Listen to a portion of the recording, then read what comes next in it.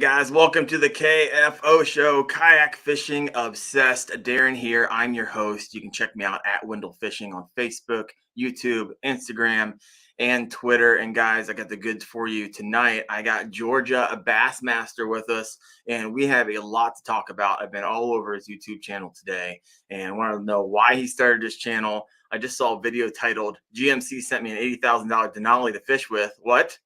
We've got to talk about that. He's got some friends we all probably heard about as well. I see him fishing with Norm, Lojo. We're going to talk river fishing, multi-species angling. I saw a video where it said angry fisherman almost hits me with a lure. Let's see how he breaks down a pond, fishing without fish finders, his kayak setup, fishing a submarine base. Guys, I have more questions than I think we have time here. But I'm excited. I got some news because for the first time ever, the show has a sponsor, which I'm pretty pumped about, usrivermaps.com. It's actually one of our listeners starting a small business. He's like, hey, I'd love to partner up with you. So check him out there, usrivermaps.com. You can kind of see one right over my shoulder here. Boom, right there. Got the map of Ohio. And essentially, these are hydrological maps of the states of which you live or anywhere you want. They got them all over the place. And basically all the streams from the creeks all the way up to big rivers, and he kind of prints them on canvases as UV printed, and they're pretty awesome. So Jeff, my man, thank you so much for bringing value to the show. But I want to bring on Georgia Bassmaster. Hey, Marshall, welcome, man. Welcome to the show. Thanks for having me. Yeah. So I was looking around your YouTube channel today, and I'm like, all right, this guy's been around for a few years. I want to hear why you started a YouTube channel. I see you have 8 million views. That's quite a bit, my friend. So tell me the journey. It actually all started out, a buddy of mine named Daniel. He's got a YouTube channel called Skinny Pedal Motorsports.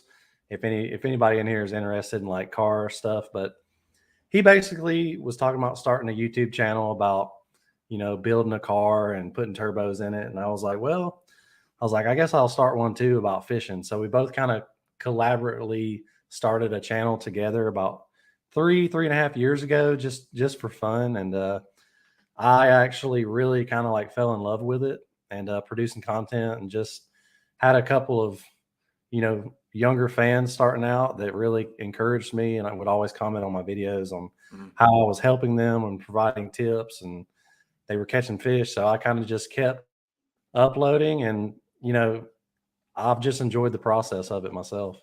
Yeah, we all have those. I got some diehards that I'm surprised you guys keep writing on these videos. Glad they're finding value. Ton of fun. So that was 3 years ago. Right. Which do you like more, fishing or the content creation? I think I like them both equally now. So, I mean, I've edited a couple videos for friends, and I really enjoy the editing side, just as much as I do fishing sometimes. And especially here in the winter when things get a little slower. Sometimes just editing a video with a nice, hot cup of coffee at night's something therapeutic about that for me. Yeah, I can hear that. Yeah, we don't have a choice up here because it's like we're the frozen chosen.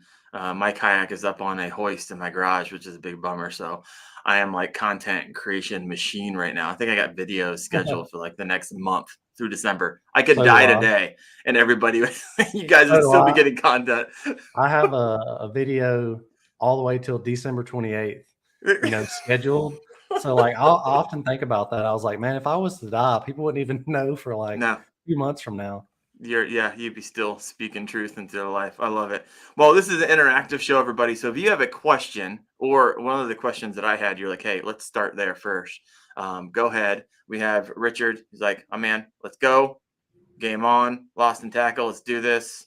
Great questions. There's Jeff, my man, with US River Maps. Check him out. And man, everyone's pumped.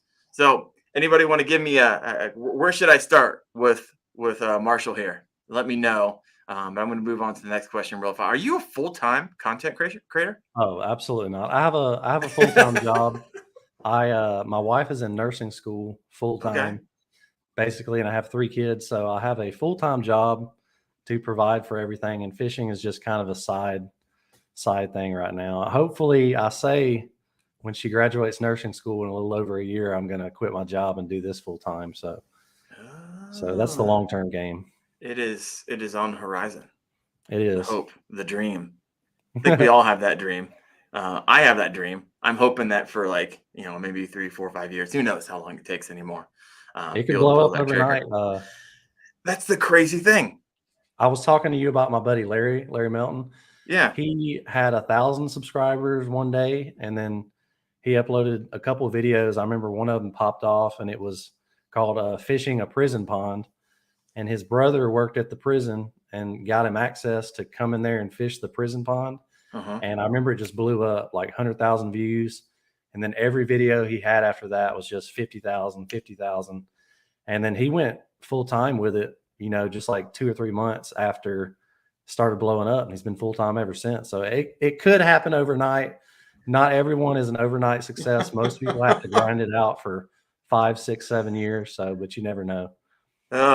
Yeah, I hear those stories, and it's like the one in a million. They're true, Yeah. but it's like nothing like that ever happens to me. I usually have to, fake it, grind it till I make it, type of thing.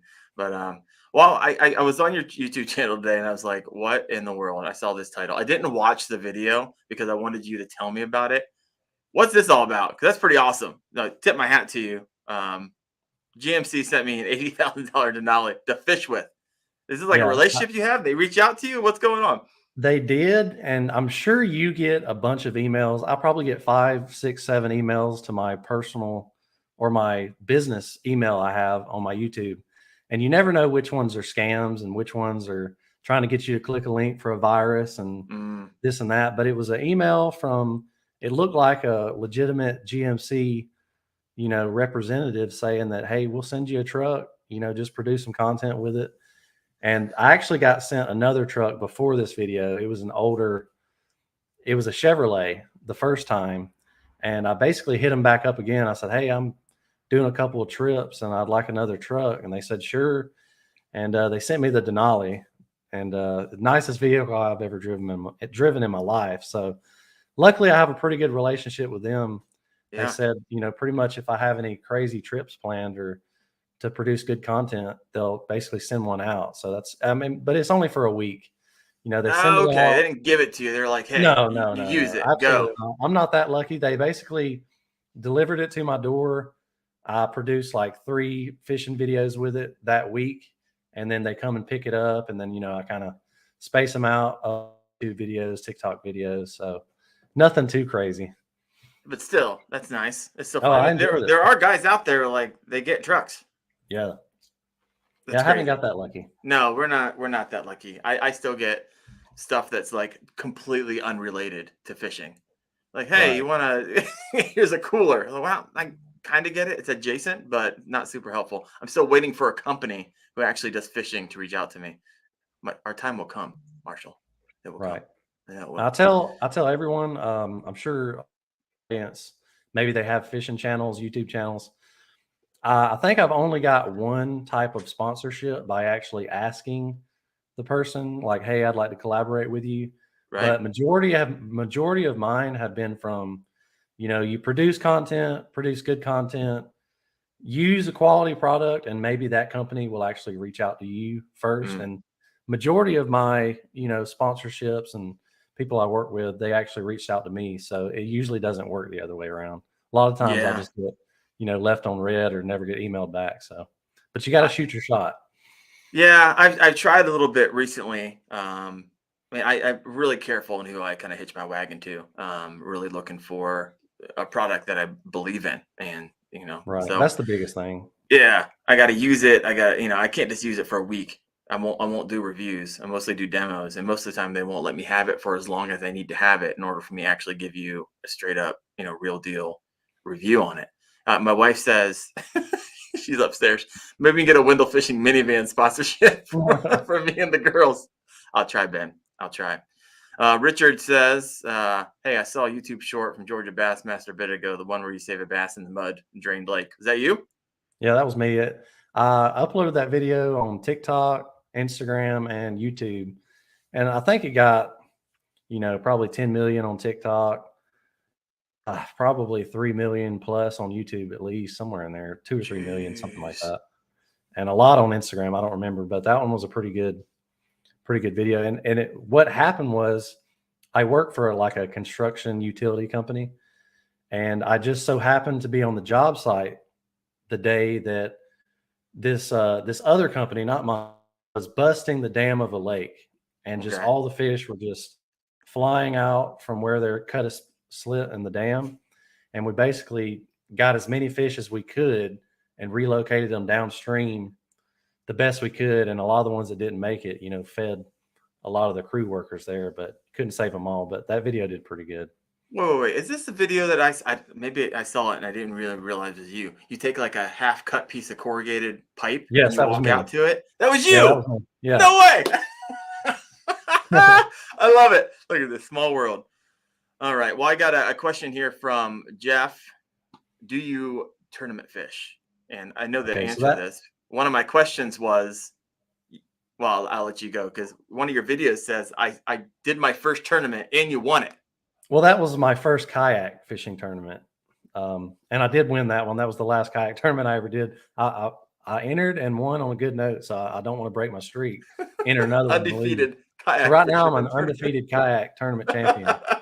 But me and my dad and I used to fish a lot of tournaments around local lakes and stuff like that. And I kind of got out of that just for the fact I was doing YouTube, and you don't really want to be, showing everywhere you're catching these fish in the tournament. So I kind of got out of that and started really just fishing for fun. But I used to fish tournaments, probably, once a month or so, anything crazy, but I used to fish them in a boat. Oh, nice. So do you, I understand because I have a home lake and I try to hide. There's some pretty, you would know where it was if you lived around here, but I try to hide it. Do you ever find people out there who are like knew you and they're there because they saw a video with you fishing? All the time. Really? And the reason I'm telling you that I have videos all the way till December 28th right now is because I like to fish my area and then prolong the video to come out, because in a month from now, the fish where I'm catching them, they're not going to be there. Right. They're going to be transitioned to another area, because I would record a video, upload it the next week, and then there'd be somebody in my fishing spot using the same lure I was using, locals that know I fish the lake. I remember no one was fishing Alabama rigs in my lake, and I uploaded a video maybe last January, not this January, but the last January, Okay. of me throwing A-rigs and just catching like 6-7 pounders. Jeez. And then the next weekend I went out on the lake, there was 7 boats out there and everyone was throwing A-rigs. So I'm like, all right, I got to stop doing this. I'm just ruining my own spots. Oh, yeah, it's the danger. I was watching. And oh, go ahead. I'm just like you. I don't post my lake in my videos. I don't say the name of my lake in my videos. Sometimes I would even try to like hint that I'm at a different, locals are going to know where you're at. Sometimes people recognize scenery, but I try to be discreet as possible because people don't like you blowing up their spot. Yeah.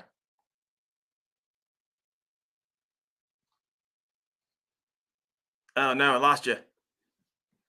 You froze on me. Let me see if I can get him back. Sorry, folks. Give me a hot second.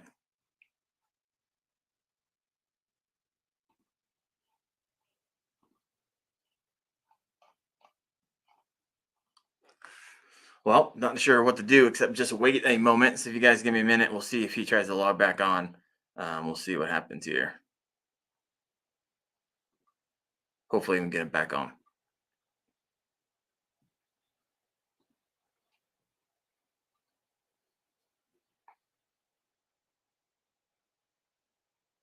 Oh, this is going great. Kind of bummed. All right, he's off. That means he's trying to get back on.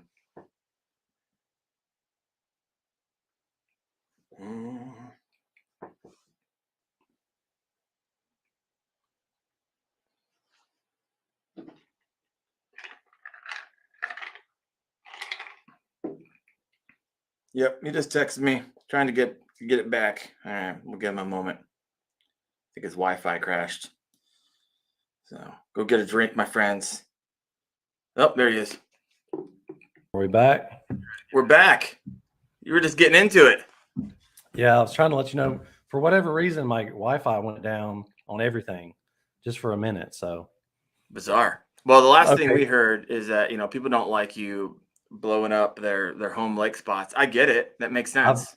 I've had some people tell me to stop recording videos out there. I've gotten a couple of nasty little notes left on my truck of Really? people that don't like it. And one of the videos you mentioned of, the title of it was "Fisherman Almost Hits Me with a Lure," kind of involves that. Oh, keep Wasn't talking. Just wasn't go too deep on that. too friendly of an encounter. No, it was not. I And watched it. he basically, was calling me names in the video and, kind of making fun of me about, oh, you're that.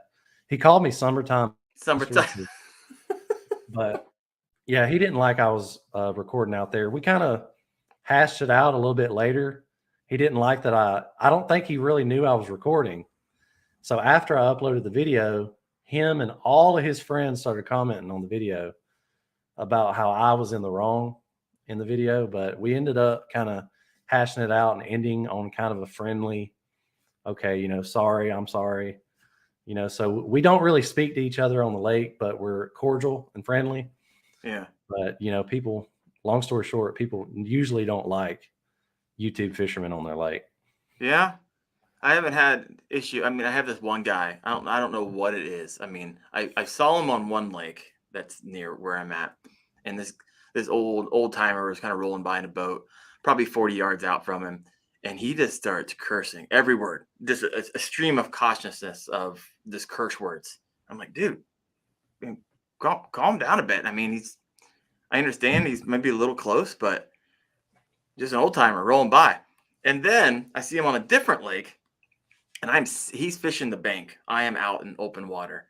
I'm probably 60 yards from him. He looks at me and just starts doing the curse. I almost thought, does this dude have Tourette's? And like, this is just kind of his thing. I don't know, but that was the only time I've had people get all riled up. But does it happen to you often? I fish on a fairly smaller lake, only about 500 acres, so you're just bound to run into people. But I saw your lake; it's a big one. Well, the main lake I fish in my local area is a 775 acre lake, and it's a county reservoir. It's electric only. So there's normally only like electric john boats and kayaks out there. I don't really have a bass boat anymore, so we don't really go fish the big, 100,000 acre, impoundments. But, locally, it's a pretty good size lake, 700, almost 800 acres is pretty good size. So what was the argument? So kind of share what was happening. Kind of give us a visual for everyone who's on the podcast, listening in, and also the live show. I'd like to know everyone's input on how close is acceptable to fish next to another fisherman, because that's ultimately what started it. I got out there on this certain point of the lake early in the morning. It's a pretty popular point of the lake. There's not too many lakes that are not too many points. It's very shallow. It goes pretty far out. So this is kind of a popular hotspot. So I got out there early before the sun had even come up. And you can watch the video. You can just barely see anything while I'm out there. Mm-hmm. And I was basically 20 yards away from the bank. And I'm probably sitting about 10 foot deep, maybe 12 foot, casting towards the shallow end of the point. And he comes rolling up, like wanting to cut in front of me. And it's only 20 yards in front.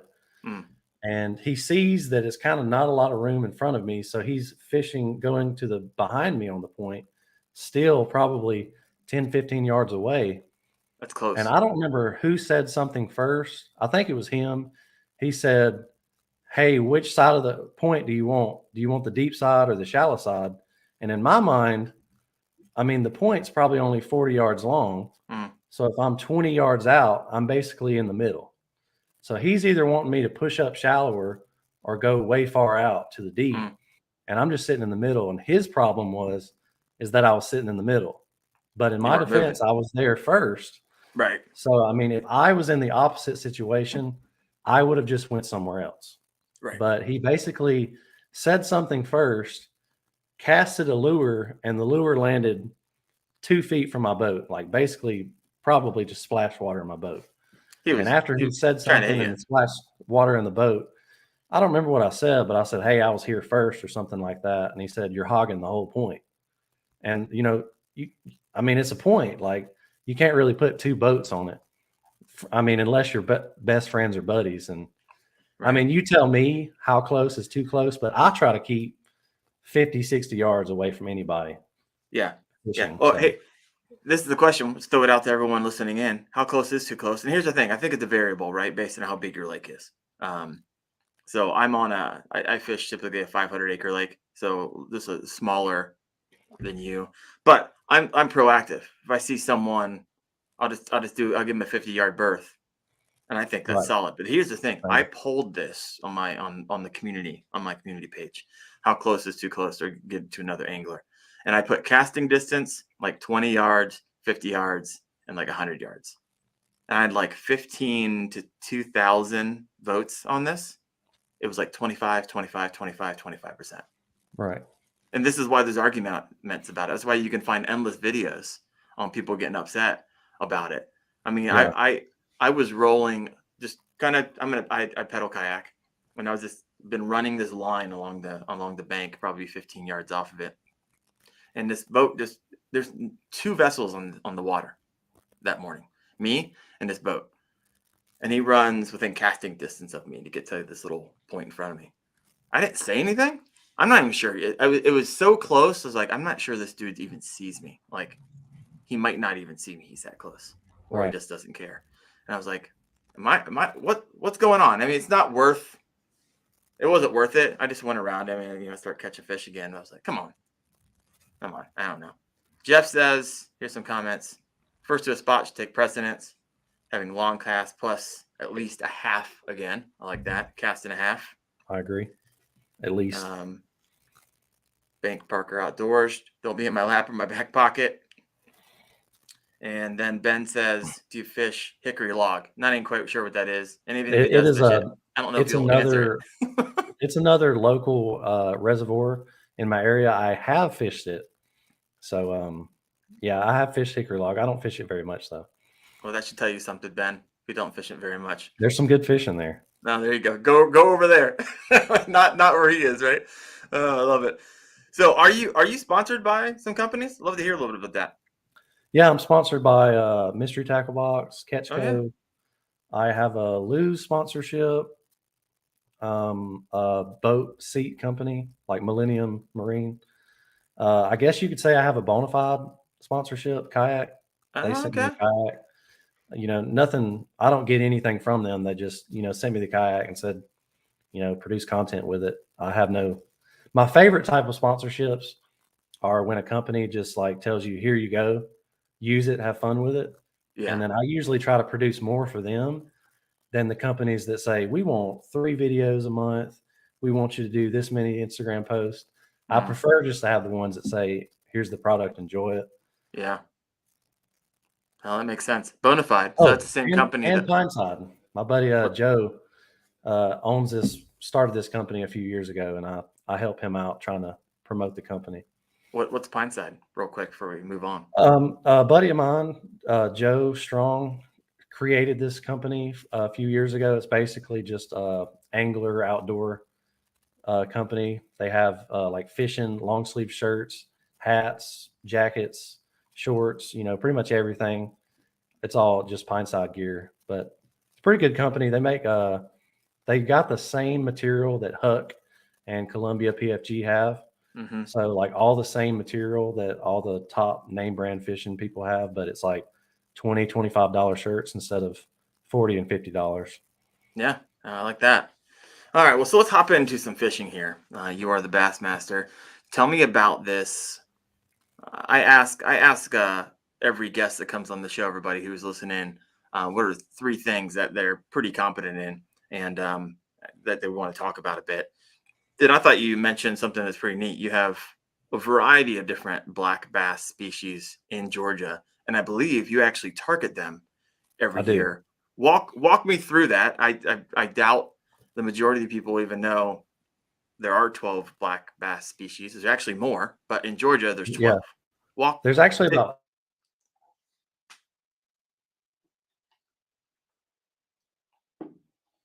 Not again. Come on back to us. Come back to us. I don't know. The internet's giving us trouble, fellas. I apologize, but he came back quick last time, so we'll see what happens. We'll answer a question while he's out there. Bank Parker Outdoors. He says, I know Wendell has to be a fan of the old AEP strip mines being in Ohio, right? That is right. That is correct. And I don't mind sharing that honey hole because there are like literally 900 to over 1,000 ponds down in southern Ohio. If you ever have a chance to get out there, camping's free, and those things, the more aggressive those bass are when you get deeper into the forest and kind of find some of those lakes and ponds that you just can't have easy access to. So if you get a chance, check out AEP or Jesse Owens State Park. And if you're ever in southern Ohio, head out there and pick up some big ones there. So that's pretty awesome. And you can see the big musky bucket. If you don't know what I'm talking about, look that up as well. It's a pretty sweet. AEP was basically all strip mine back in the 80s and 90s. And so, and in their pursuit of looking for coal, there's a ridiculous amount of holes everywhere. Well, they had since, of course, let them fill up with water and then stocked them with bluegill and bass. And so it's pretty sweet. Always curious about the actual number of ponds there. Yeah, I'm curious as well. In my research, I know it's anywhere from 900 to 1,100, but I'm not sure exactly what kind of constitutes as a pond. But we got him back. Yeah, sorry about that. It's got to. My Wi-Fi out here is absolutely terrible. It's all right. Well, hopefully we'll kind of keep you. I was just talking about AEP, which is basically a strip mine back in the 80s and 90s, and really good fishing in southern Ohio. Gave away my spot. I was just getting into the good stuff too. All right, well, keep going. We're talking black bass species. Take us for a ride. Okay, there's actually 15 or 16 species of black bass in the United States. 16 is kind of debated on. I'm sure everyone knows largemouth, smallmouth, spotted bass. A lot of people are pretty familiar with the Guadalupe bass, which is in Texas. A lot of my people in Southeast United States are pretty familiar with a redeye. We have those in Georgia. We have a shoal bass, which is probably our most popular fish in Georgia. We have the Suwannee bass, which is native to lower Georgia and mainly the upper regions of Florida. So you can catch those in Florida as well. But there are technically 12 black bass species in Georgia. It's the most amount of species in any state. Only 10 are recognized because they kind of lump the Florida largemouth in with the Georgia largemouth, which is a northern strain. And a lot of people don't know there's actually a pretty big genetic difference between a Florida strain largemouth bass and a northern strain. Even though they may look very similar, the genetic differences are huge, and that's why the Florida largemouth grow absolutely giant, and it's about 100 times easier to catch a 10-pounder in Florida than it is anywhere else because they are genetically vastly different.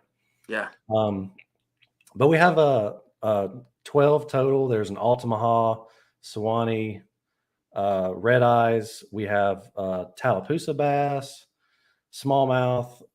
But I basically go out and target each one of these species. They're all basically located in different river systems, and I try to catch at least, to qualify. Georgia has something called a Georgia Angler Award Program, and basically Georgia sends you a plaque. I have a couple on my wall back here. I could probably paint it over too.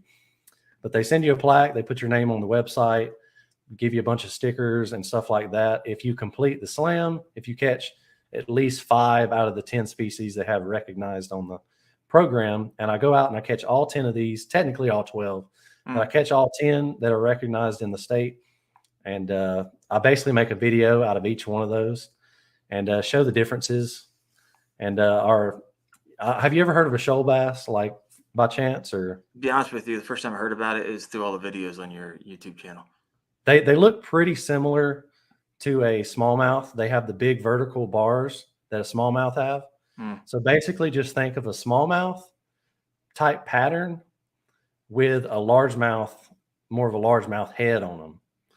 But our state record is 8 pounds, 5 ounces for a shoal bass. And the world record, which was caught in Florida, was like 8 pounds, 7 ounces. So they only get pretty much 8.5 pounds, and they're pretty fun to catch.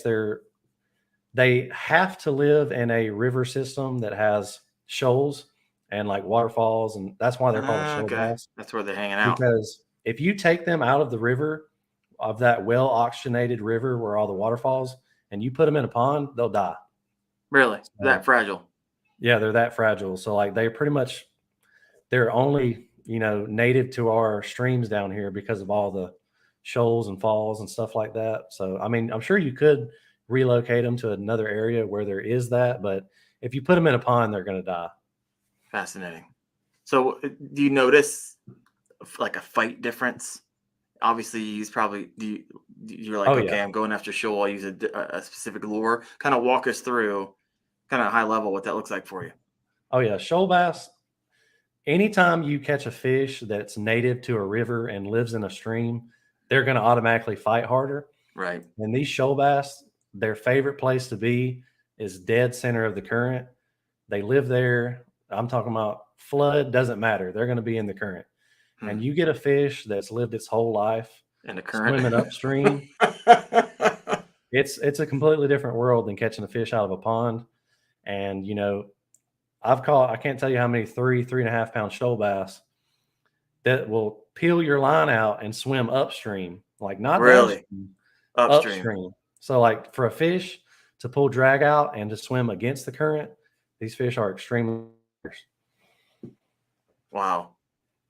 So what do you use lure wise? My main thing for them is like a jerk bait. Actually, my new favorite jerk bait I have right here are these like Shimano Flash Boost. I don't know if any of you guys have used them. It's got a little I don't know if you can see that thing wobbling around in there. Kind of, yeah. It's got kind of like a little mirror in it that shakes. So you jerk it and that it flashes, and they absolutely love it. They love those. A lot of people like using Helgramites. I don't know if you guys have those in your area. I got when I river fish in Pennsylvania, I try to find some, and I bring some plastics for smallies. They're pretty big. They like eating crawfish, Helgramites, and like little baby shad and stuff. So mainly those type of lures. Nice. So you would consider yourself, what's your favorite? River fishing, which is one of those things I feel like you've shared with me. Like, okay, that's one thing I feel pretty confident. I've grown over the past year to my favorite thing to fish now is the river. It's a lot different than pond fishing, but once you get the hang of it, I tell people all the time, river fish are way more predictable and easy to find once you kind of understand the areas they're going to be, like in a steep or a very sharp bend, it's going to be deeper there. So like it's easy hard to fish if you know where they're going to be. Like if you need to go find the holes, the shoals, the waterfalls, the rocks. So like depending on what species it is and what time of year it is, to me, I can go to the river pretty much any time of year and, probably catch 12 to 15 bass species. And, the pond, you're not always guaranteed that. You might get skunked. Right. And you got to deal with other people who might be coming within. Right. And that's another thing I've grown to love about the river is a lot of these areas I fish, and why I got into kayak fishing is a lot of these places are so hard to get to. And they're so less pressured than a lake, because not very many people want to drag their kayak down a 60-degree angle bank and drag it back up the bank later, or float 5 miles down the river, or paddle upriver, however you need to get to them. So some of these fish, I believe, it could be a 2-pound bass. He might not have ever even seen a lure in his whole life. So sometimes they're a little easier to catch because of that. But yeah, sometimes, people go kayaking just for fun, just to go kayaking. So not only do you get the fun out of catching a fish, sometimes it's just fun to, go down a little waterfall or a shoal, and, it's a fun experience. So I've really grown into kayak fishing, and river fishing is my favorite thing to do. Yeah, I think one of the things with river fishing is so difficult for me is you usually got to go with somebody, right? Because you got to park a truck and you got to ride back, and it's just more of a hassle, and it's a lot easier to just hop on a lake or pond. But when you get that, you get, usually when you work a little bit harder, you can get those fish that are under pressured and, haven't been trained for years, for sure. So I need to do a little bit. Heck, I got the map from US River Maps. Check them out, guys. The sponsor for the show today. But yeah, I am slowly falling in love with river fishing as well. I've done a lot of wading for it in Pennsylvania, but I really have never put a kayak on it. So your Bonafide. Walk me through your Bonafide. What do you like about it? Is it that the one you mentioned? I don't believe is pedal powered. It's paddle powered, correct? I have a 10-foot SS 107, and it's just a paddle kayak. But I also have the 12-foot P127. It's 11.5 foot, or it's a 12.5 foot. It is a pedal drive. It's my first pedal drive I've ever had, and it's a propeller pedal drive. Yeah. It's not like the Hobie fins. I don't like those anyway. So I absolutely love it, man. It's a game changer. So this is the one that Bonafide sent you? Yeah, that sent me. I bought the 10-foot years ago, and that's goes along with my thing of I was already using the products, and it kind of got to where they're like, hey, we like that you use our kayak. Here's one right here, so that worked out pretty good. But if you know a lot about Bonafides, they're one of the wider kayaks on the market. They're not too narrow, and the biggest advantage of it is really being able to stand up and fish. And if you ever watch any of my videos, I virtually never. Sometimes even going down little shoals, I'll still stand up and cast. So that's my favorite thing about these Bonafides. I used to have a Lifetime, cheap Walmart $200 kayak. The Tamarack. I had the Tamarack, and I had another one, basically the same thing. But I started out fishing in those, and I could only sit in that. You could not stand in those to save your life. Right. Some people swear by them still to this day. They love the Tamarack. They're good in the sense of, I think that Tamarack I had was like 38 pounds. So, you could throw that on your shoulder and go anywhere you wanted, versus this P127 I got pushing 100. So sometimes, some areas are kind of limited on where I can go by myself. With a 100-pound kayak, it's not too easy. No, not. And you start pulling stuff off. You're like, I don't want to carry that. I don't want to carry that. Start peeling away. I mean, 100 pounds after you drag it for half a mile, it adds up. Oh yeah, for sure. For sure. Now, Bonafide, they merge with Native and Liquid Logic. It's all under the Big Adventures. Yeah. They're all back in 19. So it's the same pedal drive system that's on the Native, that's on the Bonafide. It's the exact same one. The propelled. We have the same one. That's a solid drive, by the way. I haven't had any problem with mine. I had it for years. I haven't even opened it up. Probably need to service that bad boy. All right. So what's like Lost in Tackle says, Lifetime, you could stand but not move. Yeah. Don't move. You got to be a statue on that bad boy. All right. So break down for us. Let's move away from rivers a little bit. Say you come to a pond for the first time. Now, you have a lot of videos like this. I saw you fishing silos, submarine base. You can talk a little bit about that as well. But how do you break down a pond for those of us who oftentimes fish ponds? I haven't even got a fish finder in mind. So a lot of them, I work with a worm or a jig most of the time to start off with, figure out where all the drop-offs are and the deep holes, shallow spots, which a lot of it's pretty, you can look at a pond and kind of tell. The biggest thing I do, I'm sure you do this too, I'll go on Google Earth and just scroll back in time to like when we had a drought. And a lot of times ponds or lakes, when they get low, you can kind of see where the islands are and where the shallow are. And a lot of times before I ever fish a pond, I'll go ahead and go back into the historical imagery and kind of scope it out before I ever even there. And then I already kind of have a clear idea of where everything's at. But that's kind of how I started. Yeah. I typically always looking online, trying to get those aerial views. A lot of times you do get lucky, which is really nice. Is that how you search out? How do you find new spots? Are you someone who does like some adventure? Yeah. You get yourself in trouble every once in a while. I've gone to quite a few ponds like that. Ran out of a couple of them, How's that usually work? Not too good sometimes. I have a video on my channel called "The Cops Called Me." Oh, That one's a pretty good one. There the was a cops called pond.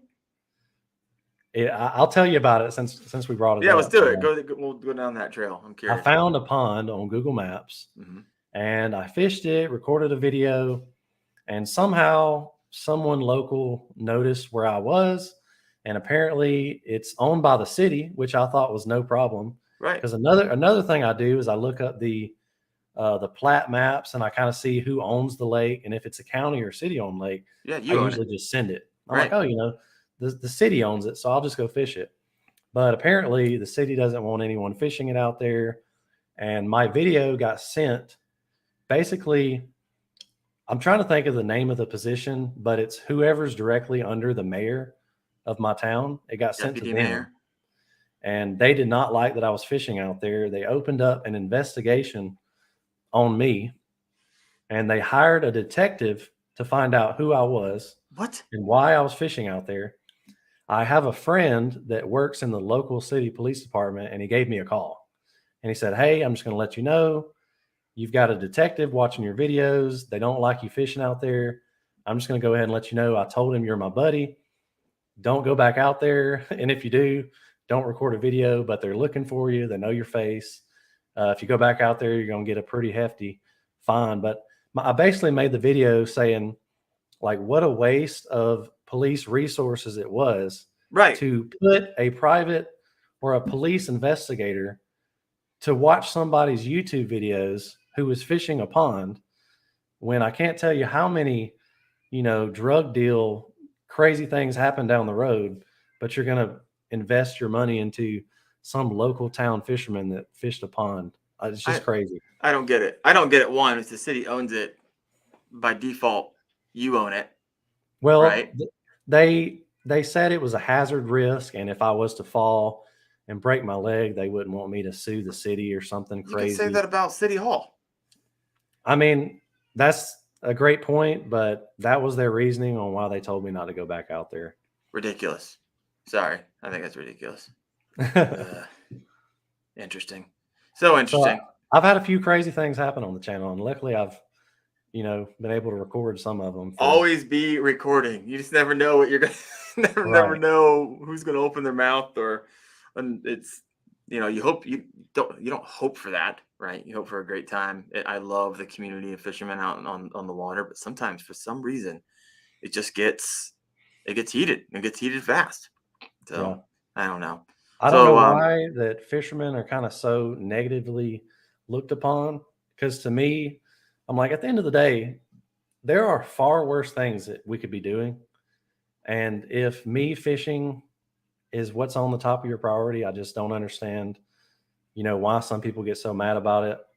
I get if it's maybe your private property, but some people get mad when it's not even their private property, Yeah. But I don't know. It's just crazy to me. Well, I saw another title. I'm going to stay in this vein for a second. Karen kicks you out of a subdivision pond.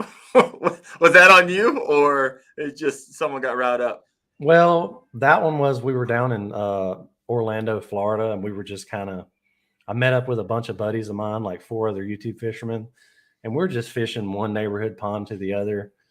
And I took a lot of the video out just because I didn't want to show too much of the lady, but basically we were going to leave, and she basically kind of said a couple of words, and I told her the same thing. I said, "Hey, we could be out dealing drugs and this and that, but you're just getting mad that we're fishing a pond." I probably could have handled that one a little better. I probably should have just said, okay, we'll leave. But I kind of got a little riled up that time. Yeah. You got some friends that you fish with that are people would know. Fishing with Norm, Lojo. These are guys. These your buddies. How do you connect with them? I wouldn't say buddies. I fished with Norm once. Did a couple of videos with him. Yak Pack.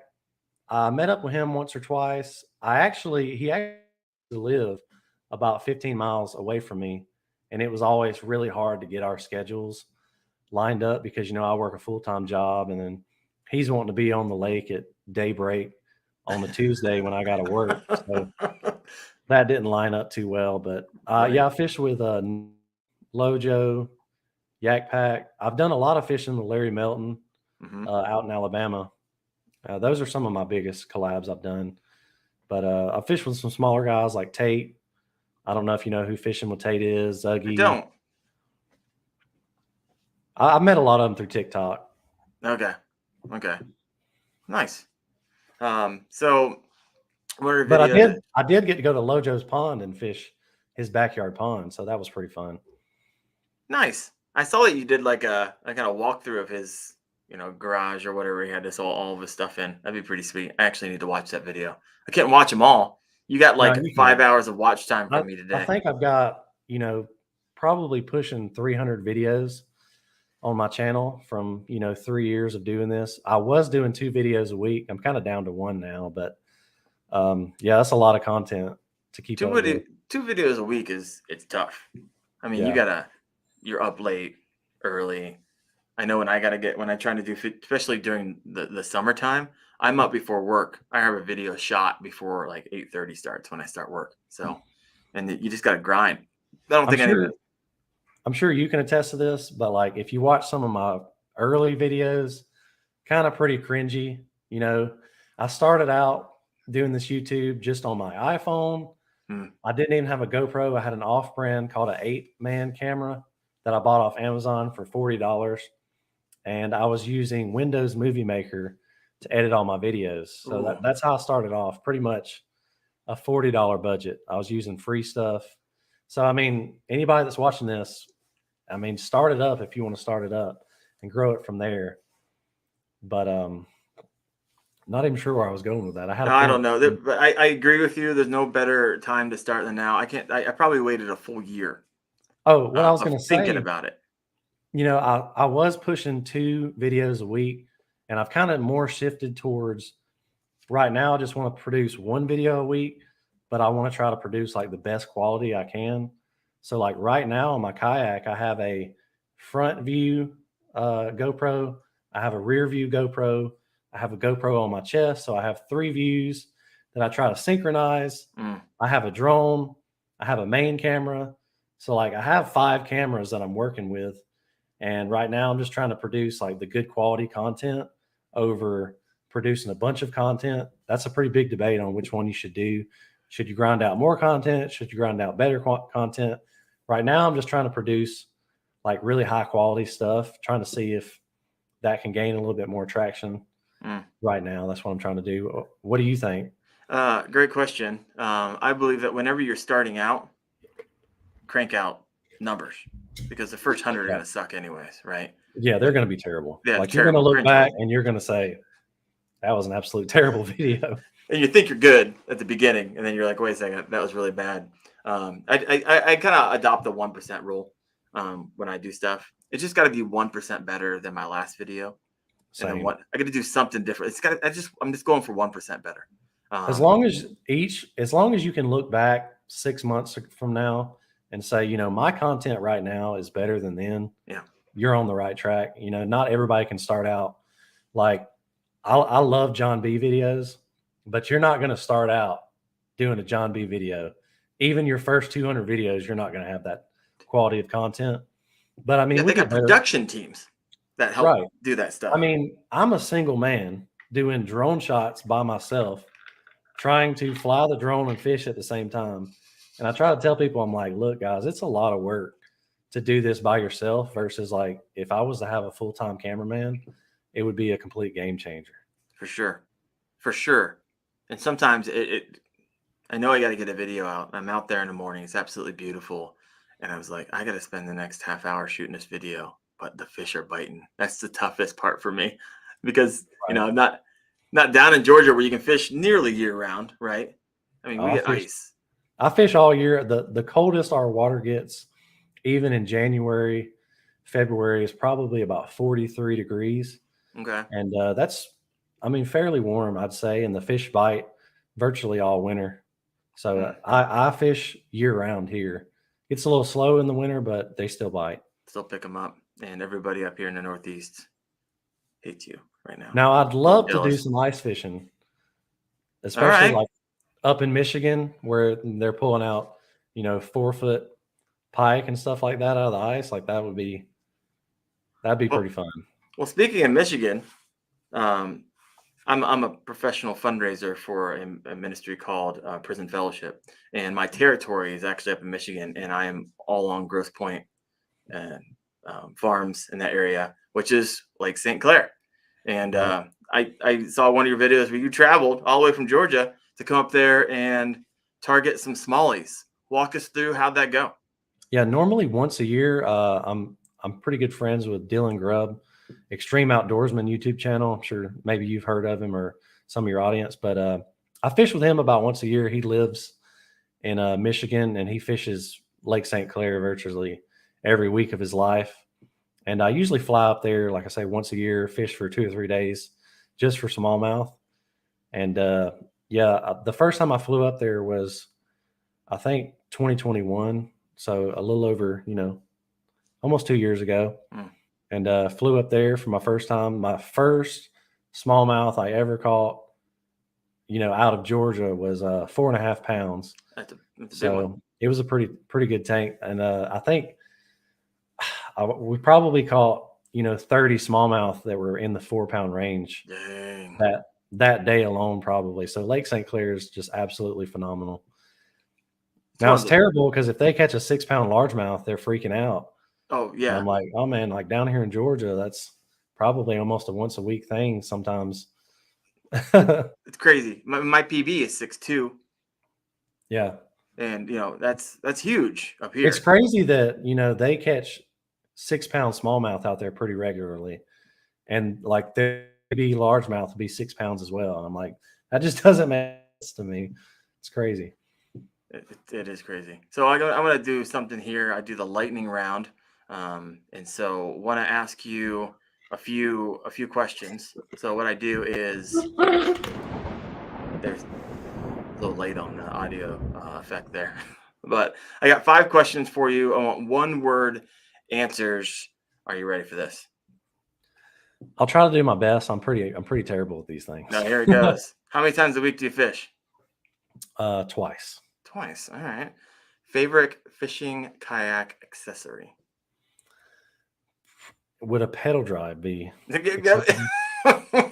Technically, you can take it on and off. I like it. Number 1 lure for largemouth in Georgia. Probably a chatterbait. All right. We'll come back to that. Favorite YouTube channel? Fishing wise, John B. Okay. Non-fishing wise, Whistling Diesel. I love that guy. Cracks me up. And how many places did you get kicked out of fishing spot? That's probably in the 30s. Oh. That's a lot. Yeah. So you really go out adventuring. You're like, I don't even care. I'm just gonna go and we'll see how this goes. That's hilarious. All right. So number 1 lure for largemouth, chatterbait. I saw one of your videos where you had 5 chatterbaits on an A-rig. Oh yeah, it was a great video too. Did you like reel that in with a broomstick? The vibration on that thing alone was just insane. Now, spoiler alert, sometime this spring, I want to put 5 jackhammer chatterbaits on an A-rig to make the world's most expensive A-rig. Yeah. That's a video I got coming, so hopefully nobody steals it before I do. That's a $100 rig right there. Right, they're all $15 a piece, so that's a $100 Alabama rig. So why are they so expensive? Why are they so expensive? I don't know. It's crazy. Now, even just the regular, the $5 jackhammers, that was a $40 Alabama rig I used, and I ended up catching a lot of fish on that. It actually worked a lot better than I thought it would. Really? And another video I put out either right before that one or right after that one, I put the blade at the top of the Alabama rig instead of down at the bottom. Okay.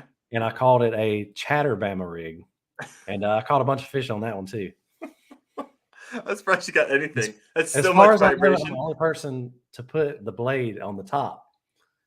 So up here in Ohio, we got to put 2 dummies on our A-rigs. Right. You guys can't even have 5 hooks on it. No, we can only have 3.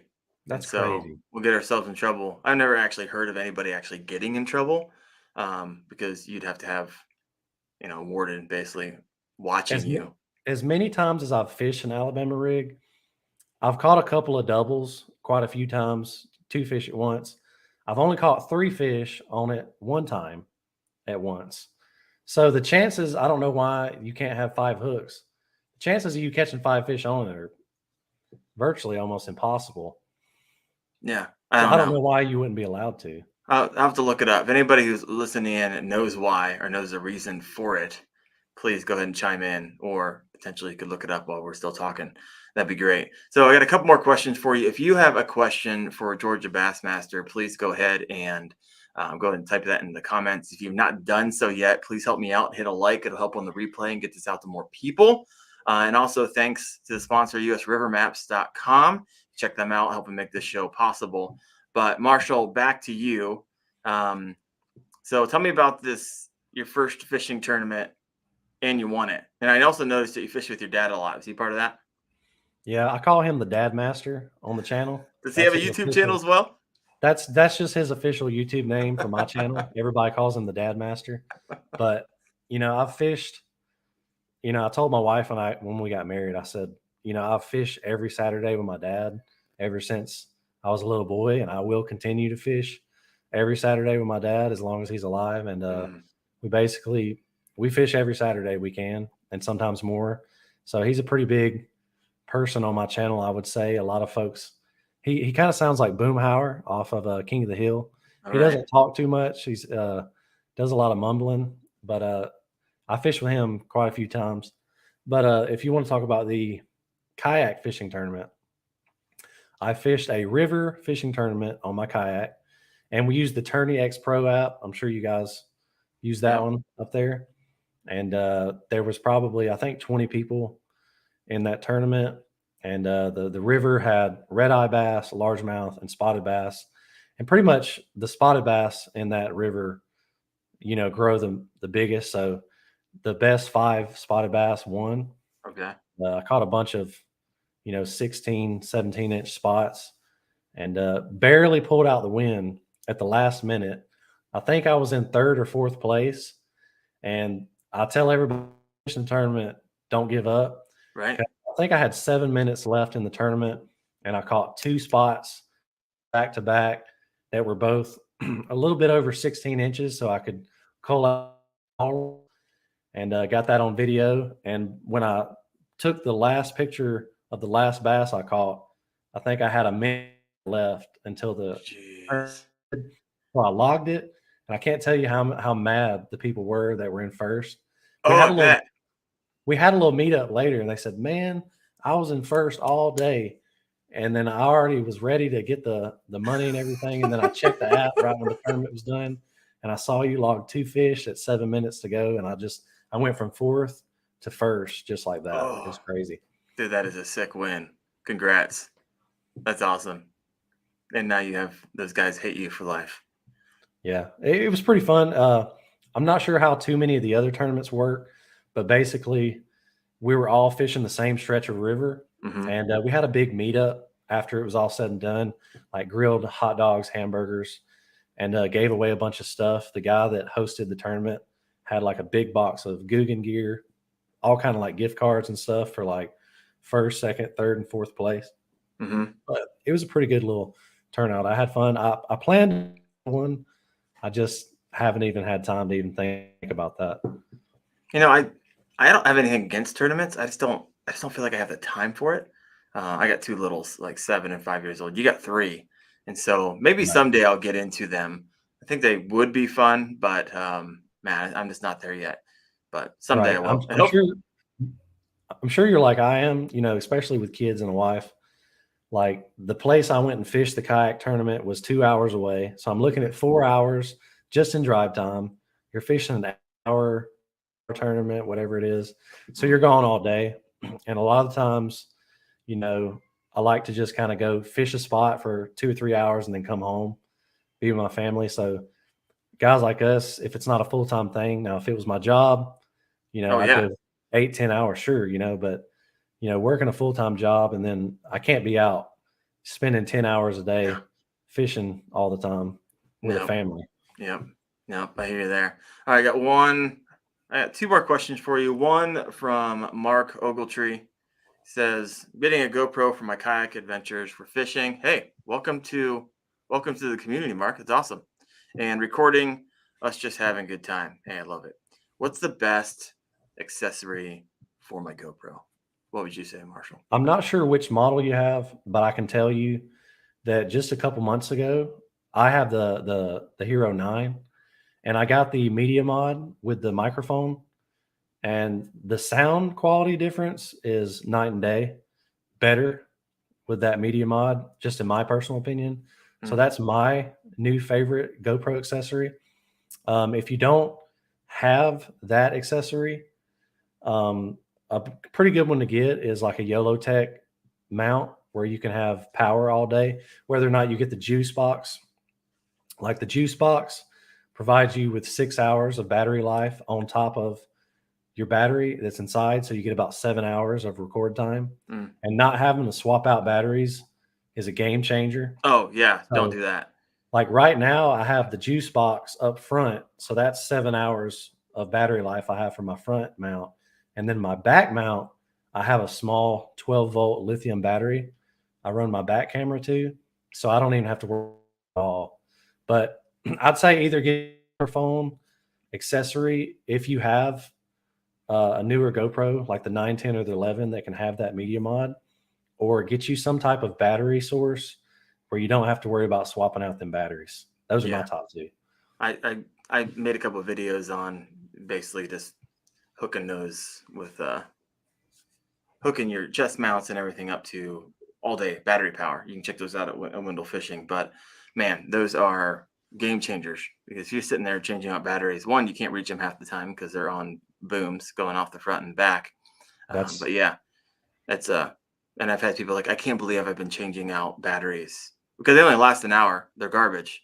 And so you got to plug in your full-time all day power in those bad boys. I have a GoPro 7 Black. Probably need to upgrade here soon. But Mark, I know you watch my videos and you comment on them all the time. So if you like, and I love that you do that, but if you like what you're looking at for my video, that's a GoPro. I think it's a 7 Black. So you can check that out.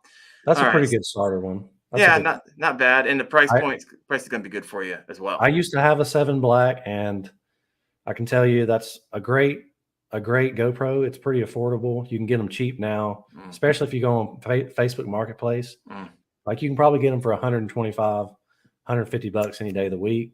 And I've never had any issues out of mine overheating. The 7s, those are a pretty good model. You don't have to worry about too much.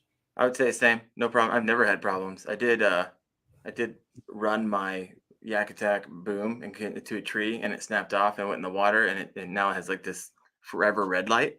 But still working. So not too bad. Mark says, thanks. And he does have a juice box.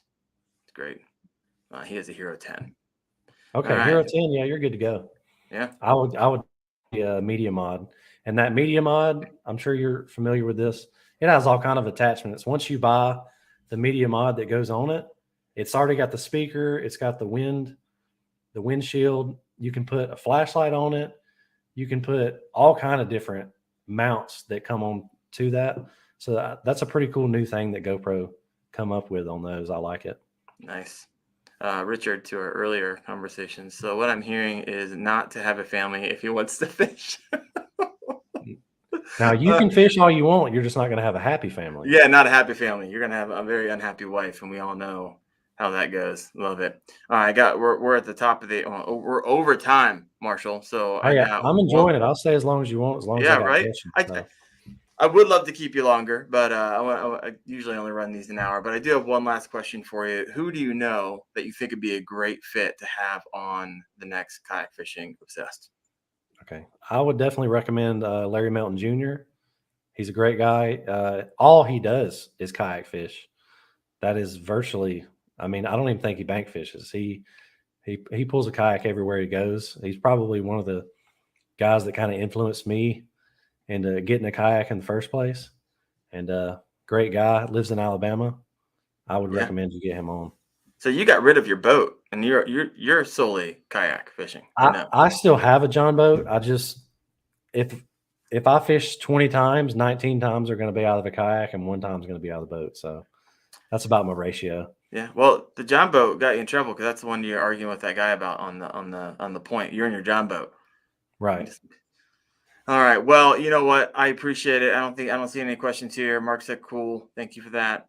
Marshall, thank you for your time, man. And once again, thanks to US River Maps for sponsoring the show. And we'll see you next week. I forget who our guest is next week, but I know we have one. So you see you next Tuesday at 8:30 p.m. Eastern. Thanks for showing up, guys. See you next week. Bye.